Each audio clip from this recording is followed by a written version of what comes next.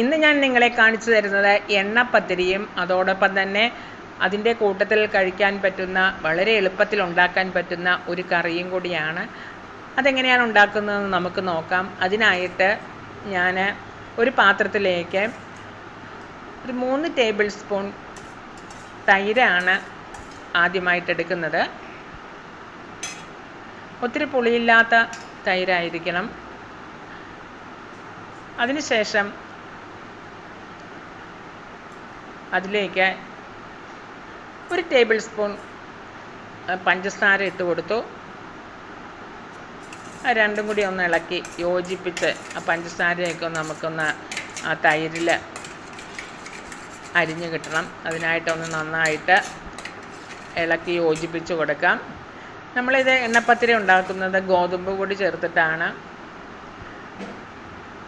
ഇനി അതിലേക്ക് നമുക്ക് 250 ml കപ്പിന് 2 കപ്പ് ഗോതമ്പ് പൊടി ഇട്ട് കൊടുക്കാം.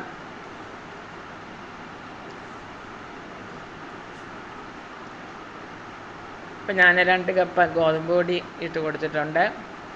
വളരെ ടേസ്റ്റാണ്, നിങ്ങളെല്ലാവരും ഉണ്ടാക്കി നോക്കണം. അതുപോലെ തന്നെ വളരെ എളുപ്പമാണ് ഉണ്ടാക്കാനായിട്ട്. അതിന് കറിയൊന്നും ഇല്ല എങ്കിൽ നമുക്ക് പെട്ടെന്ന് ഒരു കറി ഉണ്ടാക്കിയെടുക്കാം. അതിനുശേഷം അതിലേക്ക് ഞാൻ 2 കപ്പ് ഗോതമ്പ് പൊടിയിലേക്ക് 1 കപ്പ് റവ ഇട്ട് കൊടുത്തു. അതിനുശേഷം ഒരു 1/2 ടീസ്പൂൺ ഉപ്പ് അതും കൂടി ഇട്ട് കൊടുത്തു. ഇനി ഒരു പിഞ്ച്, ഒരു 1/4 ടീസ്പൂണോളം വേണ്ട, ഒരു പിഞ്ച് സോഡാപ്പൊടിയും കൂടി നമുക്ക് ഇട്ട് കൊടുക്കാം.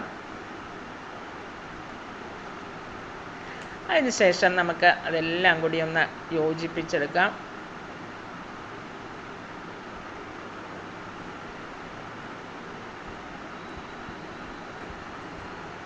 ആ പൊടികളും ആ സോഡാപ്പൊടി ഇച്ചിരി ചേർത്തിട്ടുള്ളൊരു പിഞ്ച്, അത്രയും ചേർത്താൽ മതി. അതിനുശേഷം നമുക്ക് എല്ലാം കൂടി ഒന്ന് യോജിപ്പിച്ച് വെള്ളം ഒഴിച്ച്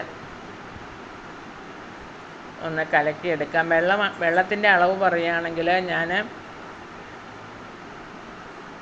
3 കപ്പ് 250 ml കപ്പിന് 3 കപ്പ് വെള്ളമാണ് ഇതിലേക്ക് ഒഴിച്ച് കലക്കിയെടുക്കുന്നത്. കുറേശ്ശെ വെള്ളമൊഴിച്ച് കലക്കിയെടുത്താൽ മതി.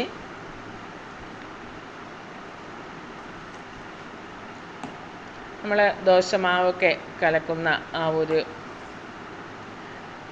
രീതിയിൽ വേണം നമുക്ക് കലക്കിയെടുക്കാനായിട്ട്. വെള്ളം ആദ്യമേ മുഴുവനും കൂടി ഒഴിക്കണ്ട, കുറേശ്ശെ ഒഴിച്ച് നമുക്ക് കലക്കിയെടുത്താൽ മതി. എനിക്കിതിൽ 3 കപ്പ് വെള്ളമാണ് വേണ്ടി വന്നത്. 250 ml കപ്പിന് 3 കപ്പ് വെള്ളമാണ് ഞാൻ ഒഴിച്ച് കലക്കിയെടുത്തത്. ആ വെള്ളം നമുക്ക് ഒരുമിച്ച് എടുത്തിട്ട് കുറേശ്ശെ ഇതുപോലെ ഒഴിച്ചു കൊടുത്ത് ഒന്ന് കലക്കിയെടുത്താൽ മതി. കട്ടകളൊന്നുമില്ലാതെ നമുക്ക് ഒന്ന് കലക്കിയെടുക്കാം. ഉണ്ടോ? ഈ ഒരു കൺസിസ്റ്റൻസിയിലായിരിക്കണം. ഇപ്പം ഞാൻ ആ വെള്ളം മുഴുവൻ ഒഴിച്ച് കലക്കി യോജിപ്പിച്ചെടുത്തിട്ടുണ്ട്. ഇനി നമുക്ക് ഒന്ന് മൂടി വയ്ക്കാം. ഒരു 5 മിനിറ്റ് നേരം അവിടെ ഇരിക്കട്ടെ. ഈ റവ ഉള്ളത് കൊണ്ട് തന്നെ അതൊന്ന് വീർത്ത് വരട്ടെ. അപ്പോൾ അതിന് വെള്ളമൊക്കെ കുടിച്ച് വീർത്ത് വരുമല്ലോ. അപ്പോൾ അതിനായിട്ട് തന്നെ നമുക്ക് ഒരു 5 മിനിറ്റ് റെസ്റ്റ് ചെയ്യാനായിട്ട് വയ്ക്കാം. അപ്പോൾ 5 മിനിറ്റ് കഴിഞ്ഞിട്ടുണ്ട്. ഞാനൊരു ചീനച്ചട്ടി അടുപ്പയിലേക്ക് വെച്ചിട്ട് അതിലേക്ക് ഒരു 250 ml കപ്പിന് 2 കപ്പോളം വെളിച്ചെണ്ണ ഒഴിച്ചു കൊടുത്തു. എണ്ണ ഒഴിച്ചു കൊടുത്തതിന് ശേഷം ഞാൻ ഇതുപോലെ ഒരു ചോറ്റുപാത്രത്തിൻ്റെ അടപ്പ് അത് ഞാൻ അതിലേക്ക് ഇട്ട് കൊടുത്തു. അതൊന്ന് മുങ്ങിക്കിടക്കുന്ന വിധത്തിൽ തിളച്ച എണ്ണയിലേക്ക് ഇട്ട് കൊടുത്തു. അതിനുശേഷം ഞാൻ ആ പാത്രത്തിലേക്ക് ഒരു തവി മാവ്, നമ്മൾ കലക്കി വെച്ചിരുന്ന ആ മാവ് ഒരു തവി കോരി ഒഴിച്ചു. അതവിടെ എണ്ണയ്ക്കകത്ത് കിടന്ന് ഒന്ന് വെന്ത് കിട്ടണം. നമുക്ക് നമ്മളെ ചോറ്റുപാത്രത്തിൻ്റെ അടപ്പ് നമ്മൾ വെച്ച് കൊടുക്കുന്നത് നല്ല ഒരു ഷേപ്പിൽ, ആ പത്തിരിയുടെ ഷേപ്പിൽ കിട്ടാൻ വേണ്ടിയിട്ടാണ് നമ്മളങ്ങനെ അടപ്പ് വെച്ചിട്ട് അതിലേക്ക് ആ മാവ് ഒഴിച്ച് കൊടുക്കുന്നത്. പെട്ടെന്ന് തന്നെ നമുക്ക് ഒത്തിരി എണ്ണയൊന്നും അത് കുടിക്കത്തില്ല, പക്ഷേ മുങ്ങിക്കിടക്കാൻ പറ്റുന്ന രീതിയിൽ എണ്ണ ഒഴിച്ച് കൊടുക്കണം. എണ്ണ ഒത്തിരിയൊന്നും അത് കുടിക്കത്തില്ല. ഇപ്പം അത് ആ എണ്ണയിൽ കിടന്ന് ഒന്ന് മൊരിഞ്ഞ് വെന്ത് നമുക്ക് കിട്ടണം. നിങ്ങൾ ഈ രീതിയിൽ ഉണ്ടാക്കിയിട്ടുണ്ടോ? ഈ രീതിയിൽ ഉണ്ടാക്കിയിട്ടില്ലെങ്കിൽ ഒരു പ്രാവശ്യമെങ്കിലും നിങ്ങൾ ഉണ്ടാക്കി നോക്കണം. വളരെ ടേസ്റ്റാണ്, അതുപോലെ തന്നെ വളരെ സോഫ്റ്റാണ്. ഇനി നമുക്കതൊന്ന് മൊരിച്ചെടുക്കണം.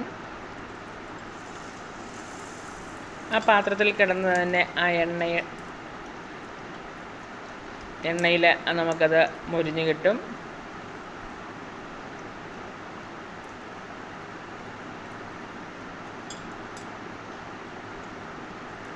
മീഡിയം ഫ്ലെയിമിൽ വെച്ചാൽ മതി. നന്നായിട്ട് മൊരിഞ്ഞ് കഴിയുമ്പോൾ ആ പാത്രത്തിൽ നിന്ന് നമുക്ക് അത് വിട്ട് കിട്ടും.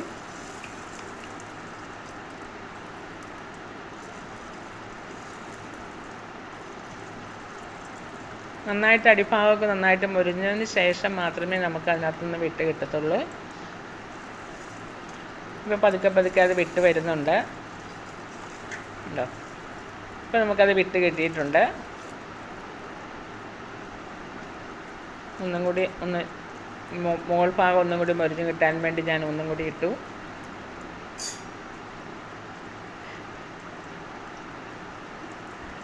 ഇപ്പോൾ നന്നായിട്ടത് മൊരിഞ്ഞ് വന്നിട്ടുണ്ട്. ഞാനത് ഒരു അരിപ്പത്തവി കൊണ്ട് ആ എണ്ണയൊക്കെ ഒന്ന് കളഞ്ഞ് കോരിയെടുക്കുകയാണ്.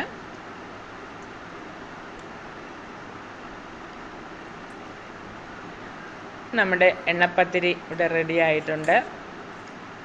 വീണ്ടും ഞാൻ ആ പാത്രത്തിലേക്ക് ഒരു തവി ഇതുപോലെ ഈ രീതിയിൽ ഒഴിച്ചു കൊടുത്തു.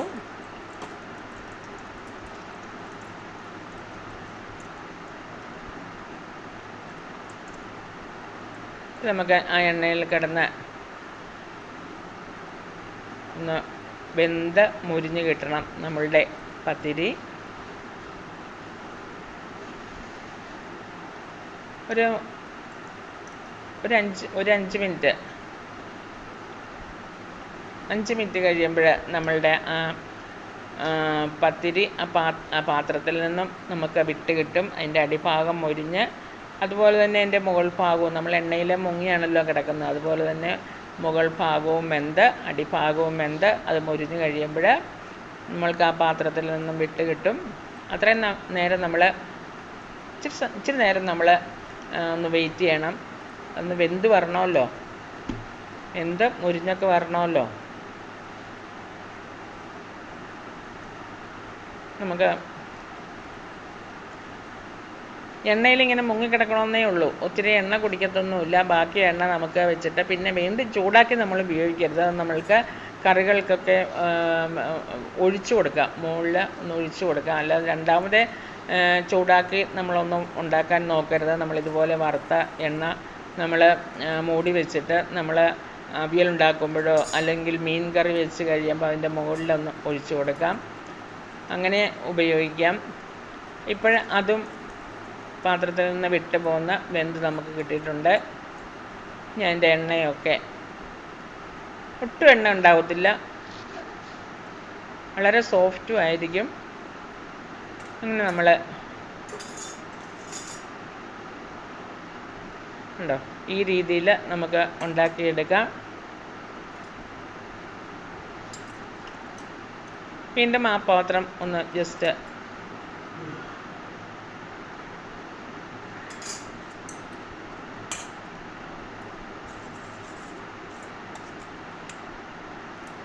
ആ പാത്രത്തിലേക്ക് തന്നെ നമുക്ക് ഒഴിച്ചു കൊടുക്കാം. നേരത്തെ ഒഴിച്ചതുപോലെ തന്നെ ഒരു തവി മാവ് ഒഴിച്ച് കൊടുത്തിട്ട് ഇതുപോലെ ഒന്ന് പരത്തി ഒഴിച്ചു കൊടുക്കുക.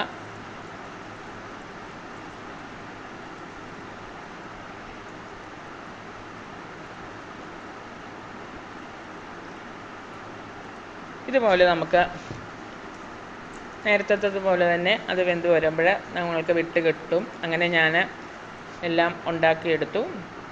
അതിനുശേഷം ഞാൻ ഇതിനെ കൂട്ടാനായിട്ട് കറി ഒന്നും ഇല്ല എങ്കിൽ തന്നെ നമുക്കൊരു സവോള കൊണ്ട് നമ്മൾക്ക് പെട്ടെന്നൊരു കറി ഉണ്ടാക്കാം. ചപ്പാത്തിക്കും അതുപോലെ തന്നെ പൂരിക്കും അതുപോലെ തന്നെ എണ്ണപ്പത്തിരിക്കും എല്ലാത്തിനും നമുക്ക് കൂട്ടാം. നമ്മൾക്കിപ്പോൾ വേറെ കറി വയ്ക്കാനായിട്ട് വേറെ ഒന്നുമില്ല എന്ന് നമുക്ക് തോന്നുന്ന സമയത്ത് നമുക്കൊരു സവോള നമുക്കുണ്ടെങ്കിൽ പെട്ടെന്ന് നമുക്ക് ഇതുപോലൊരു കറി ഉണ്ടാക്കാം. ഇതുപോലെ 2ആയിട്ടും 3ആയിട്ടും മുറിച്ചിട്ട് നടുവേ മുറിച്ചിട്ട് തിരിച്ച് വെച്ച് ഇതുപോലെ നമുക്ക് കഷ്ണിച്ചെടുക്കാം. ഇച്ചിരി മുറിച്ചതായിട്ട് തന്നെ നമുക്ക് മുറിച്ചെടുക്കാം. തീരെ ചെറുതായി പോകരുത്. ഇങ്ങനെ വട്ടം വെച്ചിട്ട് മൂന്നായിട്ട് ഇങ്ങനെ മുറിച്ചിട്ട് പിന്നെ നേരെ വെച്ചിട്ട് ഇതുപോലെ ഈ രീതിയിൽ നമുക്കൊന്ന് മുറിച്ചെടുക്കാം. എന്നിട്ട് നമുക്കത് ഓരോന്നൊന്നും വിടിയിച്ചെടുക്കാം. വേർതിരിച്ച് നമുക്ക് ഓരോന്നും വേർതിരിച്ച് സവോളയൊക്കെ ഇങ്ങനെ വേർതിരിച്ചെടുക്കാം.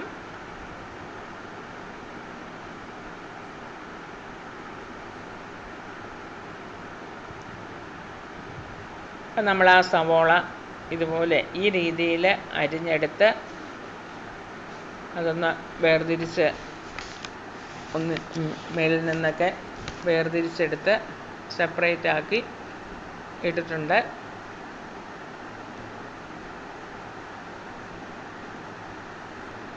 ഇനി നമുക്ക് കറി ഉണ്ടാക്കാം. അതിനായിട്ട് ഞാൻ ഒരു ചട്ടി വെച്ചു. ചട്ടിയിലേക്ക് ഒരു 2 ടേബിൾ സ്പൂൺ എണ്ണ ഒഴിച്ചു കൊടുത്തു.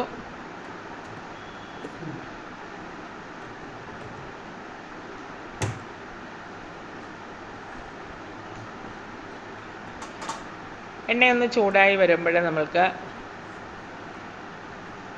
അതിലേക്ക് ഒരു 1/2 ടീസ്പൂൺ കടുകിട്ട് കൊടുക്കാം. കടുകൊന്ന് പൊട്ടി വരുമ്പോൾ അതിലേക്ക് 4 വെളുത്തുള്ളി, 1 കഷ്ണം ഇഞ്ചിയും ചതച്ചത് ഇട്ട് കൊടുക്കാം. ചതച്ചോ അരിഞ്ഞോ എങ്ങനെ വേണമെങ്കിലും ഇട്ട് കൊടുക്കാം. ഞാനിപ്പോൾ ചതച്ചാണ് ഇട്ട് കൊടുത്തിരിക്കുന്നത്. അതിനുശേഷം അതിൻ്റെ പച്ചമണമൊക്കെ മാറുവാനായിട്ട് നമുക്കൊന്ന് ഇളക്കി കൊടുക്കാം.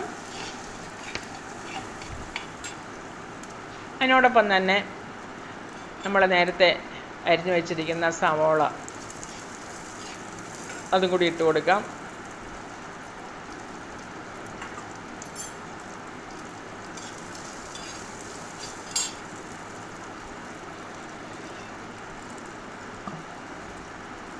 അതിലേക്ക് ഒരു 1/2 ടീസ്പൂൺ ഉപ്പിട്ട് കൊടുത്തു.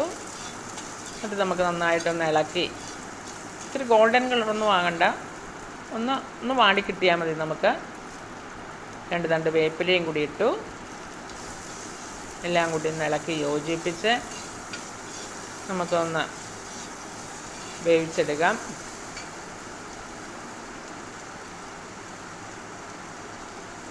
ഒരു പച്ചമുളകും കൂടി അരിഞ്ഞത് ഞാൻ ഇട്ട് കൊടുത്തു.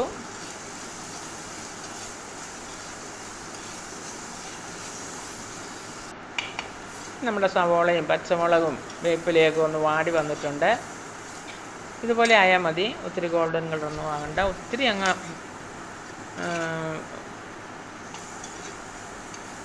മൊരിയണ്ട. ഈ ഒരു രീതിയിൽ നമുക്ക് വേവിച്ചെടുക്കാം. ഇനി നമുക്കതിലേക്ക് പൊടികൾ ഇട്ട് കൊടുക്കാം. ഒരു 1/4 ടീസ്പൂൺ മഞ്ഞൾപ്പൊടി ഇട്ട് കൊടുത്തു. അതോടൊപ്പം തന്നെ ഒരു 3/4 ടീസ്പൂണോളം മുളക് പൊടി ഇട്ട് കൊടുത്തു. എരിവിനനുസരിച്ച് മുളക് പൊടി ഇട്ട് കൊടുക്കുക. ഞാനിപ്പോൾ ഒരു 3/4 ടീസ്പൂൺ. അതുപോലെ തന്നെ ഒരു 1.5 ടീസ്പൂൺ മല്ലിപ്പൊടി ഇട്ട് കൊടുത്തു. 1/4 ടീസ്പൂൺ കുരുമുളക് പൊടിയും കൂടി ഇട്ട് കൊടുത്തു. ഇനി അതെല്ലാം കൂടി നന്നായിട്ട് ഒന്ന് യോജിപ്പിച്ച് ഇളക്കി അതിൻ്റെ പച്ചമണമൊക്കെ ഒന്ന് മാറുന്നത് വരെ ഒന്ന് ഇളക്കി യോജിപ്പിച്ചെടുക്കാം.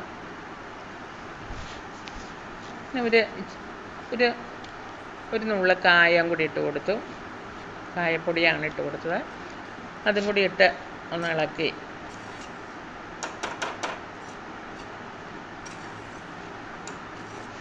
ഇതിൻ്റെ പച്ചമണമൊക്കെ മാറുന്നത് വരെ ഒന്ന് ഇളക്കിയതിന് ശേഷം നമുക്ക്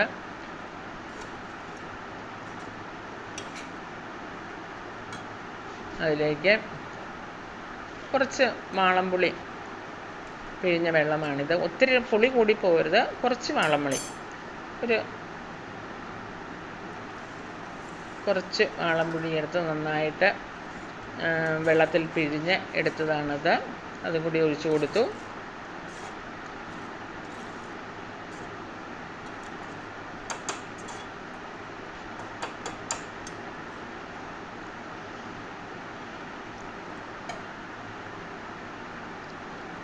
ഒരു 1/4 കപ്പ് വെള്ളം കൂടി ഞാൻ ഒഴിച്ചു കൊടുത്തു. നമുക്കൊന്ന് മൂടി വയ്ക്കാം.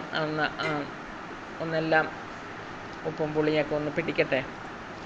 സവോളയിൽ ഒരു 2 മിനിറ്റ് ഒന്ന് മൂടി വെച്ച് അത് നന്നായിട്ട് തിളച്ച് വരുമ്പോൾ ഉണ്ടോ, അപ്പം നന്നായിട്ട് തിളച്ച് അതിൻ്റെ എണ്ണയൊക്കെ പൊങ്ങി വന്നിട്ടുണ്ട്. നമുക്ക് ഉപ്പ് നോക്കിയിട്ട്, ഉപ്പ് കുറവാണെങ്കിൽ കുറച്ച് ഉപ്പും കൂടി ഇട്ട് കൊടുക്കാം. ഒരു 1/2 ടീസ്പൂൺ ഉപ്പും കൂടി ഞാൻ ഇട്ട് കൊടുത്തു.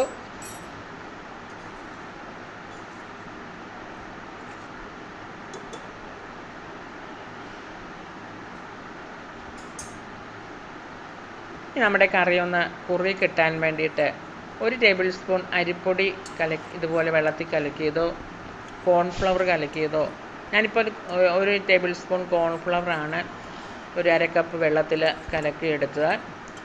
അത് നമുക്ക് ആ തിളയ്ക്കുന്ന ആ കറിയിലേക്ക് ഒഴിച്ചു കൊടുക്കാം. നമ്മളുടെ കറി ഒന്ന് കുറുകി കിട്ടാൻ വേണ്ടിയിട്ടാണ് അങ്ങനെ ഒഴിച്ചു കൊടുക്കുന്നത്. നമ്മൾ ചപ്പാത്തിക്കും ഇതുപോലെ എണ്ണപ്പത്തിരിക്കൊക്കെ കൂട്ടുമ്പോൾ ഒരു തിക്കായിട്ടിരിക്കണമല്ലോ, അതിന് വേണ്ടിയിട്ടാണ്. ഇപ്പം നമ്മളുടെ കറി റെഡി ആയിട്ടുണ്ട്.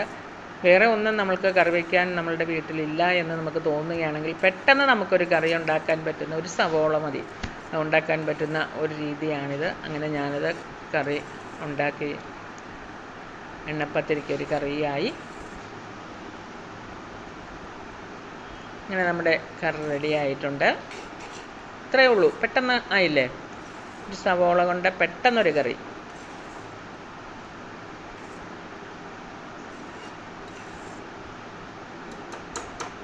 അങ്ങനെ നമ്മുടെ എണ്ണപ്പത്തിരിയുടെ കറി റെഡിയായി. ഈ പത്തിരിയുടെ കൂട്ടത്തിൽ നമുക്ക് ഈ കറി കൂട്ടി കഴിക്കാൻ വളരെ ടേസ്റ്റാണ്. നിങ്ങൾക്ക് ഇഷ്ടപ്പെട്ടു എന്ന് കരുതുന്നു. ഇഷ്ടപ്പെട്ടെങ്കിൽ ലൈക്ക് ചെയ്യണം, ഷെയർ ചെയ്യണം, സബ്സ്ക്രൈബ് ചെയ്യണം, ഉണ്ടാക്കി നോക്കണം.